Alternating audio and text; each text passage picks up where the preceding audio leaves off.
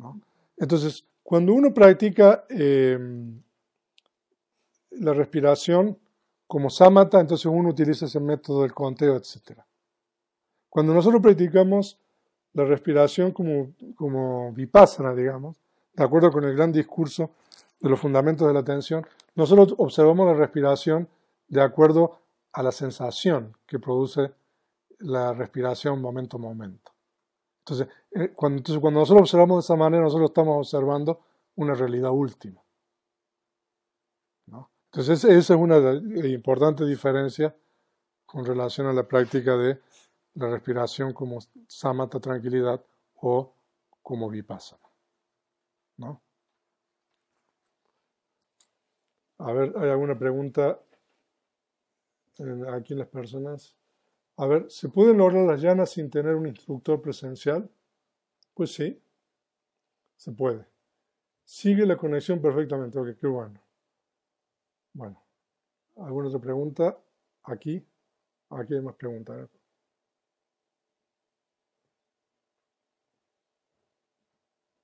A ver, aquí hay alguna pregunta. Sí.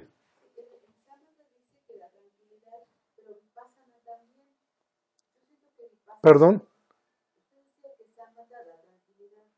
Sí. No, lo que pasa es que es un nombre a un tipo de práctica. Samatha normalmente se llama meditación de tranquilidad y vipassana se llama meditación de introspección. Por supuesto que en los dos métodos uno alcanza tranquilidad y paz mental. Lo que pasa es de que cuando uno practica samatha, el objeto normalmente es un concepto.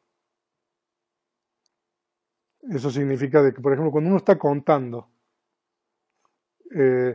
entonces, por supuesto de que uno tiene que estar observando la sensación de la respiración para poder contar, ¿no? Entonces, cuando uno practica el método del conteo, uno tiene que observar la realidad última de la respiración, que es el contacto que produce el aire, pero además uno cuenta, que es un concepto, ¿no?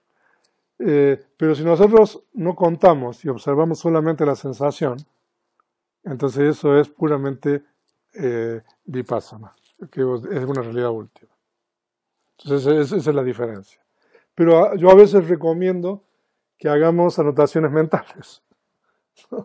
Cuando uno hace anotaciones mentales, en realidad uno está poniendo un concepto también. Porque decir uno, o decir adentro, afuera, o sea, son conceptos con diferentes nombres, pero son conceptos, ¿no? Entonces, cuando nosotros tenemos este aspecto de concepto, entonces nosotros tenemos Anapanasati como samatha. Sí. Ya, por eso como práctica de samatha, entonces uno tiene todos estos, son 8 pasos en realidad. El primero es el conteo, ¿no? Pero para que uno realice el conteo, uno tiene que tener la atención también en la respiración, porque uno tiene, para decir uno, ¿cómo uno dice uno? ¿No? Porque uno siente que el aire está penetrando por las fosas nasales. Entonces, ese discernimiento, esa observación de que el aire está entrando por las fosas nasales, eso es la observación de la respiración como una realidad. Pero después uno la cuenta, ¿no? Ya. A ver, aquí si hay alguna pregunta. Todos dicen buenas noches aquí en el chat. Buenas noches desde Chihuahua, desde Venezuela, Valdivia, Chile, Río Cuarto, Argentina. Sí.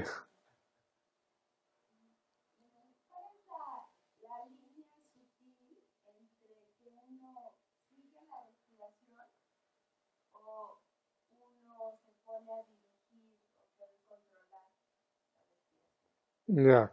Ahora, por eso uno tiene que estar alerta y observar. Ahora, porque a veces uno deliberadamente puede hacer algo, pero uno tiene que observar eso. ¿no? Entonces esa es la línea sutil. O sea, es la observación, el discernimiento, ¿no? Ahora, yo no sé qué reflexión ustedes han hecho de los 2 días y medio que llevan de retiro. No sé qué diferencia ustedes ven entre la práctica de sentado y caminando, por ejemplo. En la práctica de sentado nosotros observamos, digamos, óptimamente, digamos, sería lo ideal, ¿no? Observamos lo que está ocurriendo. Pero cuando nosotros estamos caminando, nosotros estamos un poco dirigiendo, ¿no? La mente, o sea, es la que permite que nosotros realizamos el movimiento. Pero cuando nosotros estamos sentados y observando la respiración, ¿no? No digo que a veces nosotros queramos respirar un poco más profundamente y todo eso, pero si uno realmente está practicando, dejando que el flujo de la respiración vaya y venga, entonces uno simplemente está observando. Pero si en algún determinado momento uno decide, oh, yo voy a respirar más profundamente, eso es parte también, debería ser parte de la atención. Yo te lo veía muy separado, uno y otro estado, caminar o sentado, pero hoy lo vi en el mismo plano. Uh-huh. Es decir, si estoy sentado, respirando plenamente, esa misma forma de proceder empezó a combinarse con caminando, que siempre la cabeza se va para cualquier parte, la mía al menos. Uh-huh. Pero hoy entendí que no es necesario que se vaya, sino que puede, dominando el cuerpo, mantener ese mismo tipo de estado que tengo aquí. Uh-huh. Ok, está bien. Pero cuando uno camina, uno tiene una intención. Mañana cuando estudiemos las posturas del cuerpo, Eso fue lo que ¿no? me costó. Ya, ya. Para practicar eso. Porque cuando uno se sienta, Pero ahora no, avanzo, pero no hay una intención marcial, y eso me cuesta mucho. ajá, Ya, claro. la intención de cortar el aire. Ajá. Pero por ejemplo, cuando uno inhala y exhala, o sea, ahí no hay una intencionalidad, ¿no? Porque uno está inhalando y exhalando, quiero o no quiero, por decir así, ¿no? Entonces, por eso, o sea, nosotros cuando estamos sentados, es diferente el tipo de contemplación. Pero cuando nosotros estamos caminando, ¿no? Ahí hay una cuestión mucho más activa. Porque en realidad uno se mueve o uno camina porque uno tiene esa intención, ¿no? Y en los artes marciales también, lo que pasa es de que ya es diferente, ¿no? Porque nosotros caminamos normalmente, no hacemos ningún tipo como ballet, por ejemplo, también podría ser, ¿no?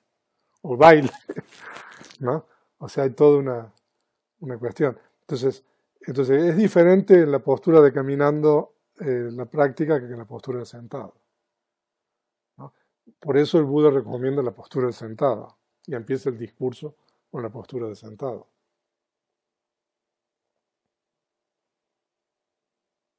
A ver qué pregunta. Sí.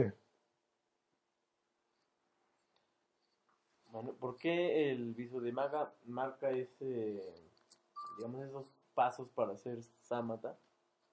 Y el Anapanasati, el primer párrafo, es prácticamente como el primer párrafo del Satipatthana relacionado con la respiración. Ya, lo que pasa es que el Visuddhimagga es el comentario del Anapanasati Sutta.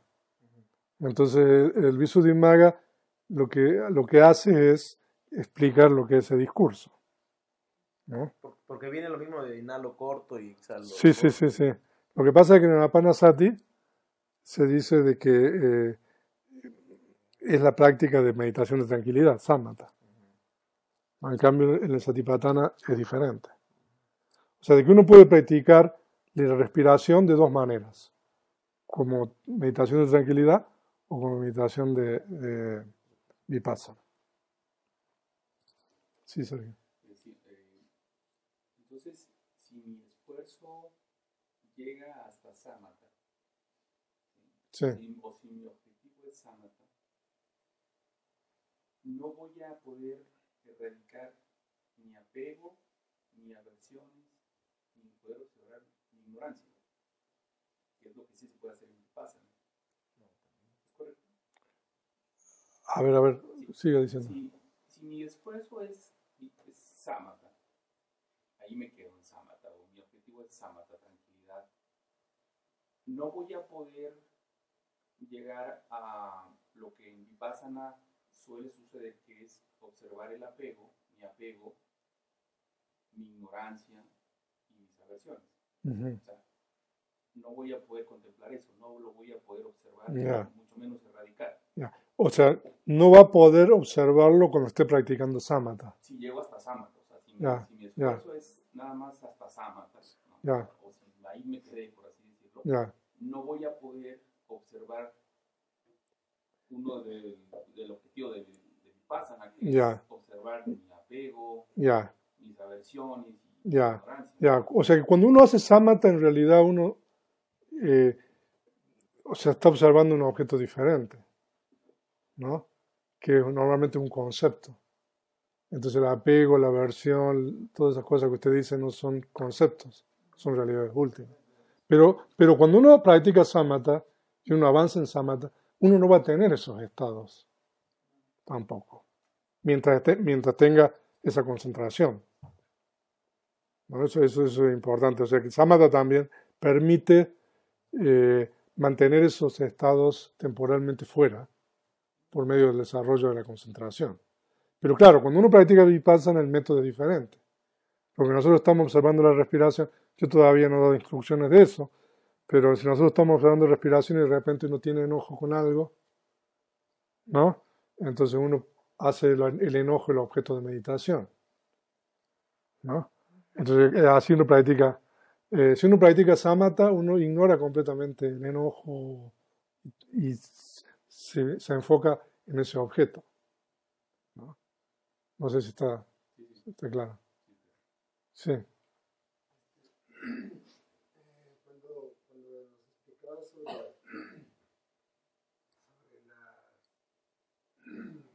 una de las partes que dice calmando los condicionamientos del cuerpo. Calmando lo condicionado por el cuerpo. Sí. Como que calmándolo me suena, como que no hizo referencia a de calmándolo, ¿no? O sea, ¿a qué se refiere? No, claro, el problema es que uno no está calmando. Lo que significa es de que a la medida de que uno progresa en la práctica, la respiración se vuelve cada vez más sutil. Y uno tiene que hacer más esfuerzo para poder discernir la respiración. Esa cláusula significa eso, ¿no? O sea, la respiración se va a ir calmando sola. Incluso el comentario dice de que no es muy difícil calmar la respiración.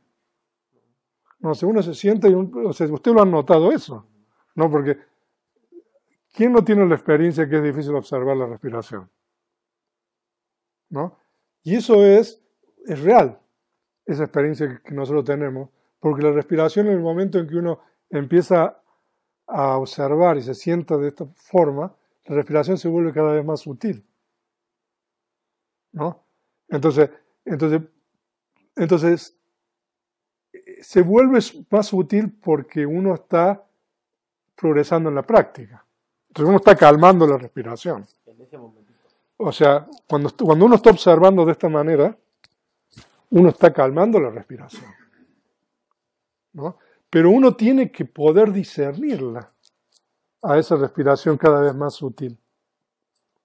Entonces, lo que quiere decir es de que nosotros tenemos que aplicar mayor esfuerzo para poder ver esa respiración. Eso es lo que significa esa cláusula. Ahora, sin el comentario esto es imposible de explicar, ¿no? Y si ustedes van a leer, si ustedes leen las traducciones de este discurso y del Anapanasati, o sea, van a encontrar, o sea, explicaciones de lo más dispares con relación a lo que el Buda quiso decir con relación a eso, ¿no? Pero de acuerdo con la tradición Theravada, nosotros nos basamos en toda la tradición de los comentarios y los subcomentarios. Que eso viene de la época del Buda también, la parte de los comentarios. Entonces, por eso esa es la interpretación, digamos, ortodoxa de lo que significa calmando lo condicionado por el cuerpo, inhalaré, ¿no? Pero una persona de que no entiende, o sea, cómo funciona la tradición, uno va a entender eso de una manera completamente diferente. Pero en realidad los comentarios son consistentes con que lo que significa es de que como uno está observando la respiración y uno va progresando en la práctica, el aire se va calmando la respiración. Entonces, para poder observar eso que se está calmando, uno tiene que hacer cada vez más esfuerzo para poder discernir. Ahora, yo no puedo entrar en detalles, pero en el Visuddhimagga hay toda una cuestión así, un debate con relación a eso. De que hay gente que dice que no, entonces el aire es imposible. Entonces, si el aire se vuelve cada vez más sutil, uno de los argumentos es, entonces no se puede meditar en eso. Entonces, si no se puede meditar en eso, es imposible progresar y que haya jhana y absorción. Pero por supuesto que la postura del comentario es no. O sea, hay que hacer cada vez mayor esfuerzo, mayor entendimiento para poder discernir eso. Entonces, de esa manera uno puede alcanzar el estado de jhana. Entonces, el hecho de que uno tenga esa dificultad para observar la respiración, o sea, uno puede decir, uy, yo no estoy meditando bien. Pero es al revés. O sea, uno está meditando bien, pero lo que significa es que uno tiene que poner mayor esfuerzo, mayor no, entonces uno se va a enfocar más, se va a bonificar la mente en eso. ¿Quién quería preguntar algo? Sí. ¿No le podemos hablar un poquito más sobre la experiencia del signo? Sí, a ver, si me permite un segundo, le puedo leer el comentario, lo que dice.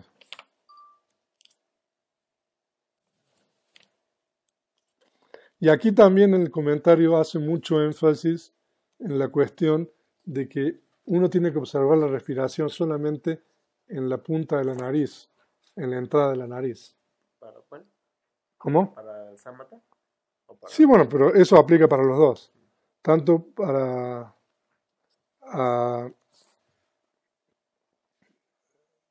samatha como para vipassana. Porque se dice de que la respiración solamente en la punta de la nariz es el aire que está producido por la mente. Pero cuando el aire ha salido, ya ese aire ya no es producido por la mente. Entonces, en el comentario se explica y se hace mucho énfasis en la importancia del lugar.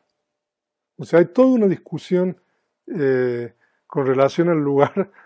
O sea, es muy preciso el comentario con relación a la práctica. O sea, que hay varios párrafos con relación al lugar exacto donde uno tiene que observar, ¿no? Ese símil, por ejemplo, del portero que yo les comenté, eso está tomado del Visuddhimagga. El símil también, hay un símil de un cojo que ¿cómo es? Hamacas, ¿cómo se dice? Entonces, o sea, para empujar una hamaca, uno no tiene que ir hacia atrás y hacia adelante, sino uno se para en el medio ¿no? Y deja que va. Entonces ese es el símil de cómo hay que observar la respiración, también en el Visuddhimagga. Entonces, con relación al signo.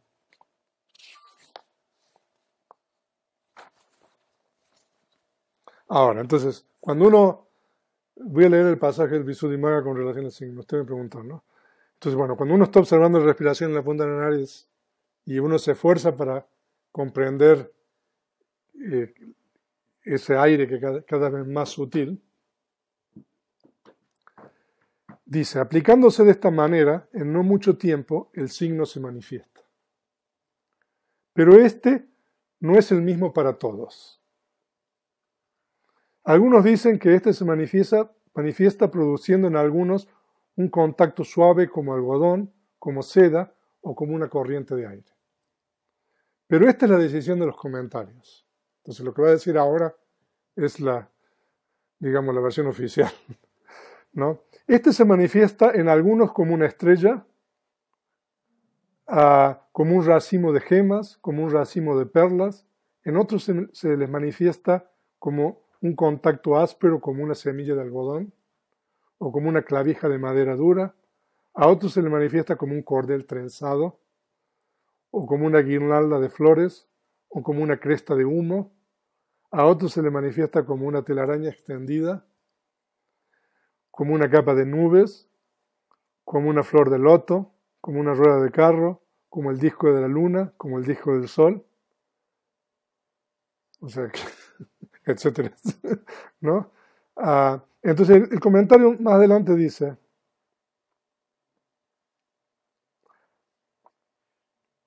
que el signo se manifiesta el signo de la misma práctica, que es de la atención a la respiración, se manifiesta distinto a diferentes personas debido a las diferentes percepciones de cada uno. En realidad el signo es un concepto. Entonces como uno tiene diferentes percepciones, entonces uno puede experimentar de una manera y otro de otra. Entonces eso es lo que el comentario dice sobre el signo. Ustedes después lo pueden leer. Sí. Bueno. En la práctica de la respiración, es la primera vez que hago esta práctica y no sabía que existía pasa y Samatha. Entonces, al hacer el vipassana que estábamos practicando, sí. Cuesta, obviamente, la mente se distrae y se va, entonces hay que tener esfuerzo para tenerla. Sí. Pero en la práctica para traerla, yo empecé a contar, o sea, hacía un tiempo la respiración como se hacía, y otra contaba con números, para tratar de tener la mente en atención, sí. la respiración. ¿Es posible combinar las dos prácticas? Vipassana y samatha. Pues, cuando uno está contando, o sea, uno está haciendo un poco las dos cosas, ¿no? Porque en el momento en que uno dice uno, por ejemplo, es porque uno sabe que está entrando el aire, ¿no? El conocimiento de que el aire está entrando, eso es sati, digamos, o la atención, digamos. Y también hay comprensión clara, ¿no? Entonces, y en el momento en que uno pone el número, entonces eso es samatha, ¿no? Entonces, si uno practica vipassana pura, uno no pone números, no pone rótulo, no pone nada. Uno simplemente observa la experiencia, ¿no?, de la inhalación y la exhalación. Esa es la diferencia, ¿no? Entonces, si uno practica contando, uno va a llegar al signo, normalmente. Y después de que uno llegue al signo, uno va a alcanzar el estado de jhana. Sí, Paco. En la meditación caminando, Sí. Sí. llego a observar como que las paredes vibran, o como que el piso se mueve, ¿Eso se puede considerar un signo de un signo? No, normalmente ese tipo de experiencia puede ser debido a... no, no, eso no es el signo, no. Eso puede tener que ver a lo mejor con piti, regocijo a veces. El regocijo se manifiesta con que uno tiembla o uno puede tener vibraciones y todo eso.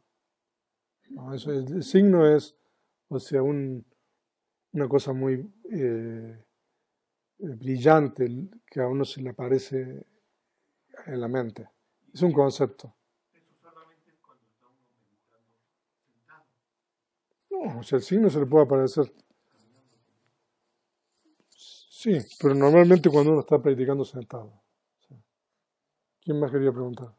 Sí, Pero cuando estoy contemplando el cuerpo sí, y estoy atendiendo la inhalación, sí, la exhalación, sí, pero luego hay y hace rato usted mencionó un punto de inflexión, sí, como si fuera un segundo sí. en el que termina la exhalación y antes del inicio de otra Ujú, inhalación. ajá. Y me doy cuenta cuando ya no percibo la respiración, como si la mente intentara agarrarlo como objeto. Ujú. Está bien. Es parte del cuerpo, o sea, es un objeto más. Simplemente estar consciente de que ahí hay un espacio, digamos. Simplemente hacerlo consciente. Solo la conciencia. Sí, es estar consciente de que ahí todavía no empezó, digamos, la exhalación y ya terminó la inhalación, por decir así. Hacer consciente de eso. Está bien. Sí, allá.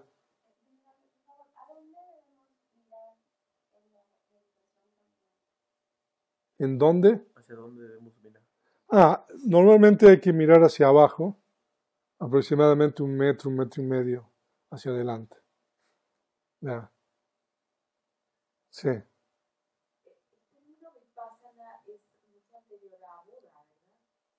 No, no, no. El método de Vipassana en realidad es descubierto. No, no, no, no. El Vipassana es el descubrimiento del Buda. De hecho es...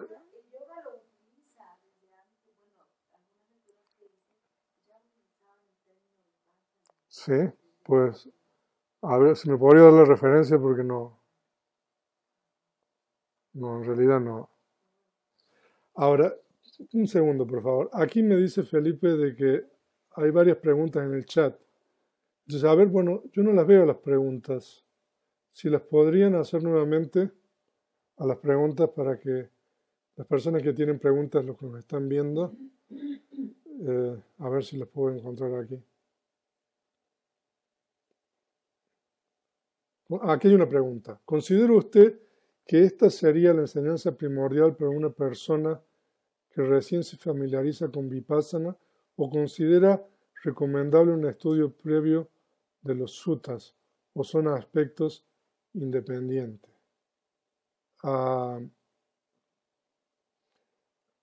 No, esta es una enseñanza primordial. Por supuesto que el estudio de los suttas y de las enseñanzas también es importante, pero este tipo de práctica es fundamental, la que nosotros estamos haciendo. Por supuesto de que si uno estudia, está bien. El Buda dice de que hay dos deberes, en realidad, el deber de la práctica y el deber del estudio. Entonces normalmente uno trata de llevar a cabo ambos, pero hay gente que únicamente lleva a cabo el deber de la práctica y hay gente que solamente lleva a cabo el deber del estudio. Pero sí, esta enseñanza es primordial. A ver qué más. Aquí otra pregunta. Este método es considerado como el único camino para la liberación de los seres por el Buda. ¿Cómo se concilia con las prácticas de jhanas que el mismo Buda experimentó en su libro? Ahí se cortó, pero bueno. Ya, este método es el método de los 4 fundamentos de la atención. Es el único método para la purificación de la mente de los seres. Ahora, el método de las jhanas no es un fin en sí mismo. ¿No? O sea, de que uno puede practicar jhanas, y alcanzar las llanas, pero hasta ahí llegó. Entonces las llanas pueden utilizarse para después la práctica de vipassana. Entonces por eso, para poder llegar a la purificación de los seres se requiere la práctica del cultivo de la atención y vipassana. O sea, uno puede practicar llanas, pero si uno no continúa, no va a poder alcanzar la purificación de los seres, de la mente de los seres. A ver si tengo alguna otra pregunta. María Ponce Acosta. ¿Podría usted explicar por qué no se debe contar arriba de 10 o por debajo de 5? Si quiere le leo el comentario. A ver en dónde lo encuentro. Pero en el comentario dice de que si uno está por debajo de 5, la mente es como si estuviera constricted, ¿no? En un espacio ahí, ¿cómo se dice? Restringido. Y si uno está por encima de 10, la mente está muy dispersa, ¿no? Ahora, además, se dice de que uno tiene que, si uno cuenta mucho, se puede desconcentrar. Entonces, por eso uno tiene que cortar el conteo y empezar de nuevo. Esa también es una razón importante. Aquí hay otra pregunta. Quería preguntarle sobre el aislamiento físico. ¿Cree entonces que es insuficiente cerrar la luz y crear una atmósfera adecuada sin irse a otro sitio? Pues lo ideal sería ir a un lugar aislado donde no haya ruido. Qué bueno que me hace esta pregunta porque aquí hay otra cosa que dice el comentario y que el Buda dice. El Buda dice de que el ruido, el sonido, es una espina para alcanzar la concentración. Entonces, un lugar aislado es un lugar donde no hay distracciones auditivas. Entonces, por supuesto de que en el mundo que nosotros vivimos en la actualidad, o sea, a veces uno tiene que irse muy lejos, ¿no?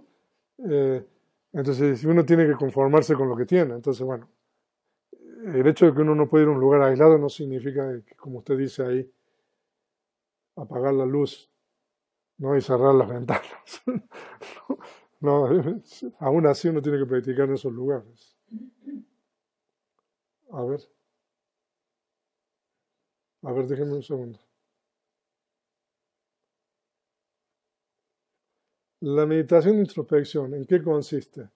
La meditación de introspección consiste en la observación de los objetos en el momento presente. En muchos otros suttas pasa esto, que se requieren amplias explicaciones para comprender correctamente las escrituras. Pues correcto. Si nosotros no recurrimos a los comentarios, estamos perdidos. Hay gente que dice de que los comentarios no son importantes, que no hay que ponerles atención. Ahora, si ustedes siguen ese consejo, entonces ustedes van a interpretar como ustedes quieran las enseñanzas. Pero la tradición Theravada es una tradición sólida que está basada en esta tradición de comentarios. Y todo en realidad no son interpretaciones. O sea, es la tradición que ha preservado todo esto. Los comentarios no son como algo que uno vino después para explicar algo que el Buda dijo. No, los comentarios se originaron en la época del Buda. Los mismos monjes tenían que explicarle a otros lo que el Buda enseñaba. Entonces de ahí vienen los comentarios. Déjenme terminar. ¿Cómo es que el aire es producido por la mente? Esa es una buena pregunta, ¿no? En realidad se dice de que el aire puede ser producido por 4 causas. Esto es Abhidhamma, el compendio de la materia. El aire puede ser producido por el kama, por la conciencia, por la temperatura y por el nutrimento. En el caso de la respiración, se dice que la respiración es producida por la conciencia. ¿no? ¿Cuáles son las implicaciones de eso? Si el aire no fuera producido por la conciencia, cuando uno muere, ¿uno seguiría respirando? Pregunto, para que reflexionemos. Entiendo que la concentración en la punta de la nariz fue lo que el Buda enseñó, pero también se dice que se puede observar el movimiento del abdomen. ¿Esto último lo enseñó el Buda o no? Ahora, el movimiento del abdomen es la observación del movimiento del aire, del tacto, como movimiento. En realidad eso está en el discurso, en la sección de las posturas. O sea, de que el Buda deliberadamente no dijo que uno observe el abdomen, pero eso es parte de las enseñanzas. O sea, no está fuera de las enseñanzas, aunque el Buda no dijo de que uno observa el método del abdomen. Ahora, aquí hay una cosa que me recuerda aquí Magachita cuando me hace la pregunta. Se dice de que el método de la atención en la respiración es el método que los Budas utilizan para alcanzar la iluminación. Siempre el Buda o los Budas utilizan la atención en la respiración para alcanzar la iluminación. Pero se dice que los discípulos pueden utilizar ese y otros métodos. O sea que uno puede alcanzar la iluminación utilizando otras técnicas de meditación, no solamente la atención en la respiración. Para alcanzar las llanas es necesario lograr un signo. En el caso de la respiración, sí. ¿Se puede hacer el conteo en forma regresiva? ¿Cómo se haría? 10, 10, 9, 9, por supuesto. Personalmente me resulta más sencillo. Después de 0 no hay nada. Pues sí, o sea, en realidad es un concepto. Entonces, que uno puede utilizar. No obstante, el comentario dice de que uno cuenta de 1 a 10. No 1, 1, 2, 2. Ok, ¿qué pregunta? Decía que es necesario aislarse para la meditación y la atención en la respiración o para el vipassana. Sí. Pero en mi experiencia personal, así como nos dio en alguna ocasión el doctor Córdoba, yo he meditado en los camiones repletos de gente con ruido y con todos los problemas que hay, falta de oxigenación, y logra uno muchas cosas, se baja uno tranquilo, relajado, Uh-huh. con un buen tenor, y resuelve toda la problemática del trabajo, Uh-huh. etc. Yo creo que esta es una de las ventajas de esta meditación, que se puede hacer en cualquier parte. Ya, pero lo que pasa es que cuando nosotros hablamos de la atención en la respiración, o sea, es una cosa, cuando nosotros hablamos de meditación vipassana en general, entonces sí, pero en realidad uno puede practicar en cualquier parte, o sea, pero si uno quiere alcanzar, digamos, los estadios superiores de la práctica, o sea, si usted va en el camión, o sea, no se va a olvidar de la parada.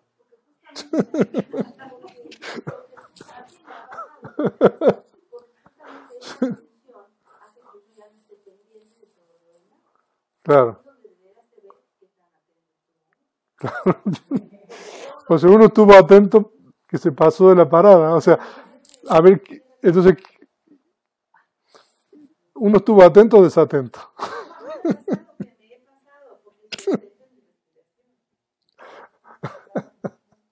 Entonces eso es demasiado concentración y poca atención, ¿no? Yo aquí a veces le cuento la historia de que una vez estaba el ex venerable Titapuño, que había varios monjes, aquí estaba el venerable Gunaratana, era invierno y hacía muchísimo frío.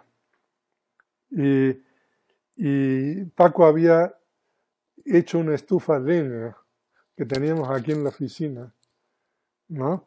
Y que por supuesto que estaba ahí en un rincón, y esa estufa no tenía buen tiraje, ¿no?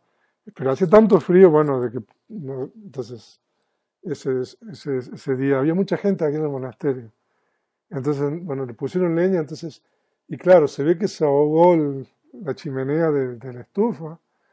Entonces el humo que tendría que salir hacia afuera empezó a salir hacia adentro, ¿no? Entonces, Y estábamos ahí en la oficina, en la biblioteca arriba, y entonces el análisis de Tapoña estaba usando la computadora, no, con, no sé, email, no sé qué cosa, y era una nube de humo allá adentro, ¿no? Y él, o sea, ni se percató de eso, ¿no? Entonces, hasta llegó un punto, ¿no?, de que estábamos todos, ¿no? Entonces lo tocamos así. Me dice, perdón, dice, demasiada concentración, ¿no? Entonces eso es un ejemplo, ¿no? Demasiada concentración, poca atención. Hay que balancear las facultades. ¿Alguna otra pregunta? Sí.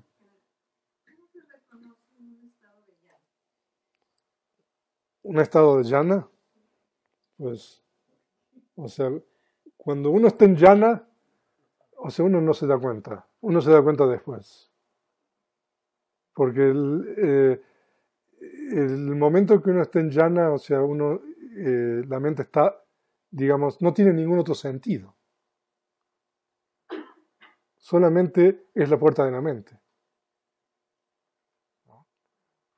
Normalmente el estado de llana ocurre por una fracción de segundo. Y es la primera vez que uno alcanza la llana. Pero eso es una experiencia, digamos, así. ¿Cómo? ¿Y después? Bueno, después uno, digamos, comprende, digamos, reflexiona. No. Aunque no sea la primera vez, aunque sean veces subsecuentes, uno Bueno, no, estado subsecuente, entonces ya el estado sostenido es llana, entonces uno puede estar por mucho más tiempo. Pero cuando uno está en llana, o sea, uno es, o sea, como una estatua. ¿Cómo se podría decir? Como una no mente.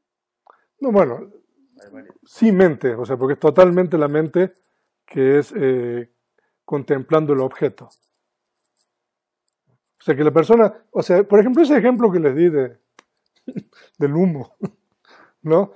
Imagínense, o sea, extrapole eso 100 veces más, entonces ustedes tienen un estado de llama. ¿Cuál es el beneficio de estar en estado llana? Y si la palabra absorción tiene que ver que viene un entendimiento superior. No, absorción significa dos cosas. Uno, de que la mente contemple el objeto intensamente, significa que la mente no tiene, o sea, está ahí, está como fija en el objeto. Y la otra cosa que llana significa es de que ahí la mente está completamente pura de los impedimentos. Debe ser el estado de llana una preocupación permanente. ¿Una, perdón? Preocupación permanente. ¿Preocupación? ¿Por qué? Claro, estar pendiente de eso que tiene sentido. Bueno, o sea, es una de las formas de práctica dentro de las enseñanzas del Buda. El camino se llama el vehículo de llana. Hay personas que siguen el vehículo de llana y después practican vipassana. En la época del Buda, la mayoría de los discípulos principales seguían ese vehículo, el vehículo de llana. ¿No? Ya. Sí. ¿Existe alguna similitud entre llegar al nirvana y tocar un estado de llana? Ya, hay similitud. Ya. O sea, de que uno puede, cuando uno alcanza el nirvana, si uno puede alcanzar el nirvana siguiendo el vehículo de las llanas, o uno puede alcanzar el nirvana utilizando el vehículo de vipassana. Ahora, si uno alcanza el nirvana por el vehículo de vipassana, el estado, cuando uno alcanza el nirvana, va a corresponder a la primera llana. La concentración, porque para poder alcanzar el nirvana se requiere un nivel de concentración equivalente a la primera llana. Pero si uno alcanza el nirvana a través del vehículo de las llanas, entonces ya eso es una historia diferente, porque uno puede alcanzar el nirvana en otras llanas diferentes que la primera, la segunda, la tercera, etc. pero el tipo de concentración requerida para la realización del nirvana es una concentración que se equipara con la primera llana, por lo menos. Sí. Nos dice que la respiración viene de la conciencia, Es producida. es producida por la conciencia. Sí. Mente y conciencia aquí. Ya, la conciencia y la mente, no. La mente normalmente consiste en la conciencia y los factores mentales. O sea que la conciencia es una cosa y los factores mentales es otra, pero siempre la conciencia surge con factores mentales. Entonces, la mente es conciencia y factores mentales. Entonces, cuando nosotros decimos que la respiración es producida por la conciencia, también está producida por los factores mentales, porque los factores mentales están ahí. Ya. Ya. Para alcanzar el nirvana a través de las llanas, eso es porque uno estaría observando el surgir y el cesar de los factores mentales de las llanas. Ya. O sea, que uno puede observar los factores mentales con los componentes de la llana, por ejemplo. Entonces, esos factores mentales son realidades últimas. Entonces uno puede observar esos factores mentales y alcanzar el nirvana. Ya. Sí. ¿Es posible llegar a una llana practicando meditación meta? Sí. Es posible. Sí. Y por ejemplo, ahí como ahí no se cuenta, ¿no? No, o sea, porque meta, o sea, uno practica ese amor benevolente. Entonces el objeto es diferente. Son seres. Son conceptos de seres. ¿No? Entonces uno irradia o difunde ese, ¿no? Entonces uno puede llegar hasta la cuarta llana o la tercera llana, depende del método. Ya.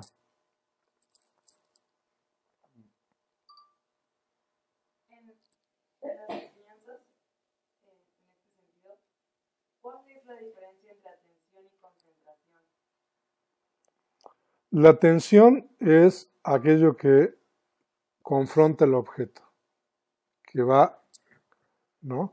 Y la concentración es el factor mental que mantiene la mente en el objeto.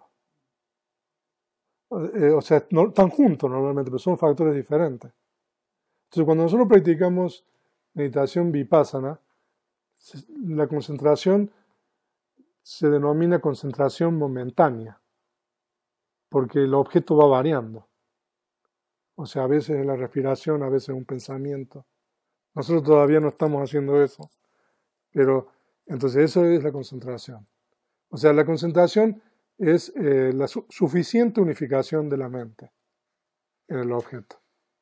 La atención es aquello que confronta al objeto, ¿no? Y conoce el objeto también. ¿Alguna otra pregunta?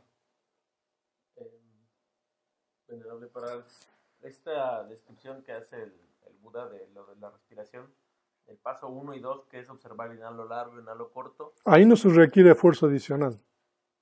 Cuando uno dice inhalo, simplemente uno lo conoce. Cuando está sucediendo. Sí, cuando está sucediendo. Más bien uno debería poner el esfuerzo en el 3. A partir del 3 en adelante. Bueno, en realidad, o sea, uno puede practicar el 1 y el 2 siempre. Ahí se queda. Pero si uno quiere progresar en la práctica, entonces se requiere más esfuerzo para poder ver cada momento de la inhalación y cada momento de la exhalación.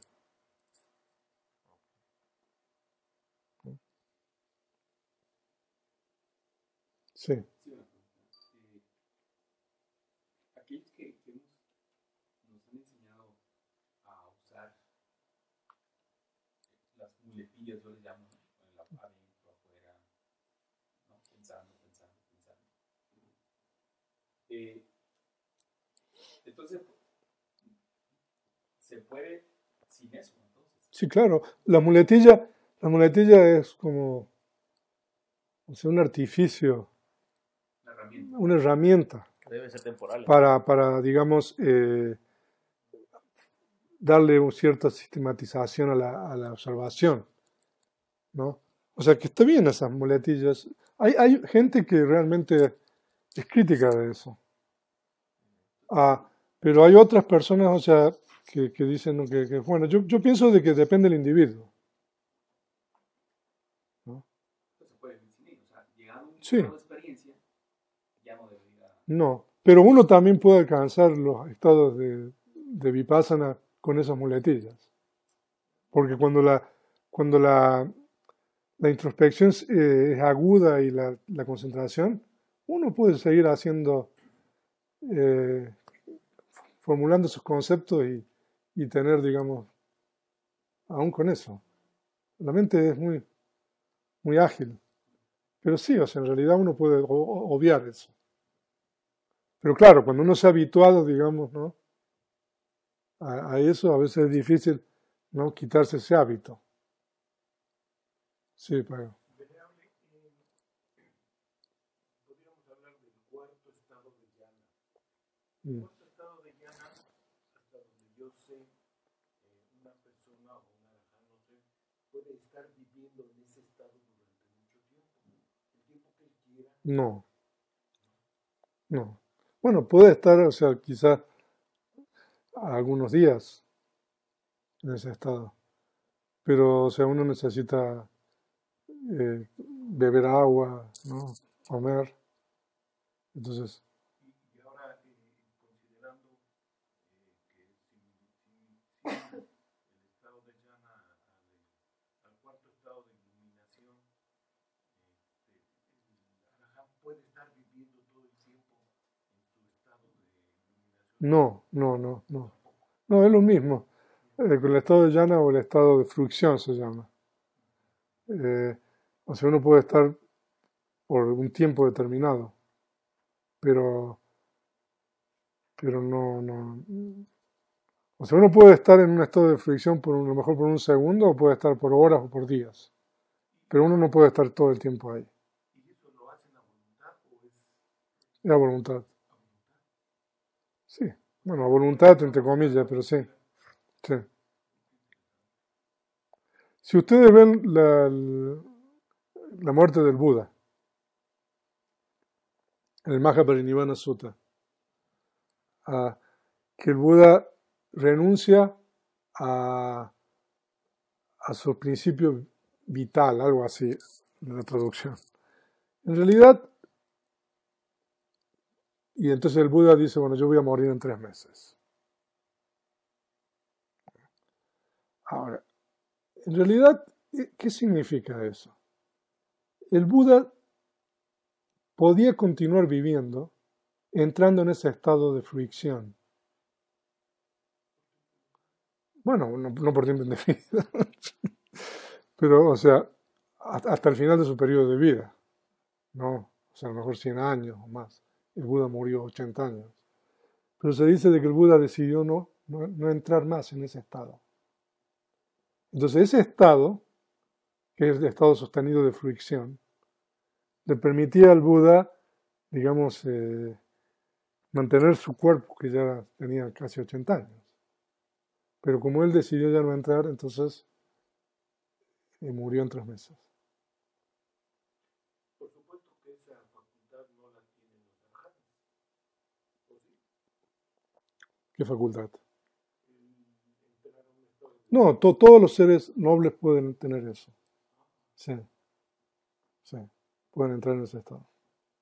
No. que pueden prolongar su vida. Bueno, no, el Buda es una cosa, con eso y los discípulos son otra. No, eso es la prolongación de la vida solamente para el Buda. Porque ahí hay otras cosas que pueden entrar en juego. Bueno, ¿no hay más preguntas? ¿Aquí no hay preguntas? Bueno, a ver si.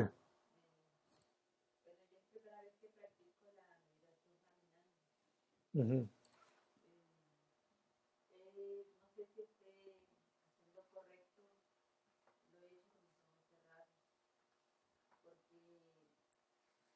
logrado ver o sentir incluso el movimiento de los hemisferios al momento de mover el cuerpo. Se combina con la misma respiración. Al Ujú. momento de hacer la meditación de la respiración, quisiera yo igual sentir el origen de la misma respiración. ¿Es viable seguir intentando? Ahora, eso de los ojos cerrados fue un poco peligroso, ¿no? Digo, caminar con los ojos cerrados. Propiamente, a ver, sucede que medito tan despacio que se logran sentir determinados estadios Ujú, o bueno, del mismo cuerpo, propiamente, en función del cuerpo, no de otra cosa. ujú, Por lo despacio lo logro palpar. Cuando voy más rápido, sí lo hago con los ojos abiertos, pero pierdo un estado de atención o concentración. ujú, ujú, Pero avanzo un poco más con los ojos cerrados. ujú. Incluso la respiración se hace. Pero nosotros cuando caminamos no observamos la respiración, observamos el movimiento, porque si no se vuelve ya muy complejo todo, porque ya el movimiento es complejo, ¿no? Entonces la respiración tratamos de observarla solamente en la postura de sentado, o uno puede intentar observar la respiración si quiere parado, pero también no es fácil observar la respiración en la postura de parado, o sea, intente. Sí. Es que creo que da simultáneo al estar observando el movimiento, te percatas de que la respiración está ahí. Claro, pero nosotros tenemos que tomar un objeto por vez. Y lo importante es el discernimiento claro del momento, lo que uno está haciendo en ese momento. Entonces, si nosotros le agregamos muchas cosas, entonces, no, nosotros tenemos que reducir las cosas. La intención última, o no sé, de la misma meditación caminando puede ser. La intención, el propósito, es el discernimiento de la interacción entre la mente y la materia. De que el movimiento existe porque existen esas dos realidades. Entonces, discernir claramente el aspecto mental y el aspecto material del movimiento. Mañana vamos a estudiar eso. Bueno, pues yo creo que no hay más preguntas. Entonces, bueno, las personas que nos están viendo online, mañana continuaremos con la tercera clase. Vamos a continuar estudiando las restantes secciones de la atención y la respiración. Perdón, de la contemplación del cuerpo. Entonces ahora vamos a cortar.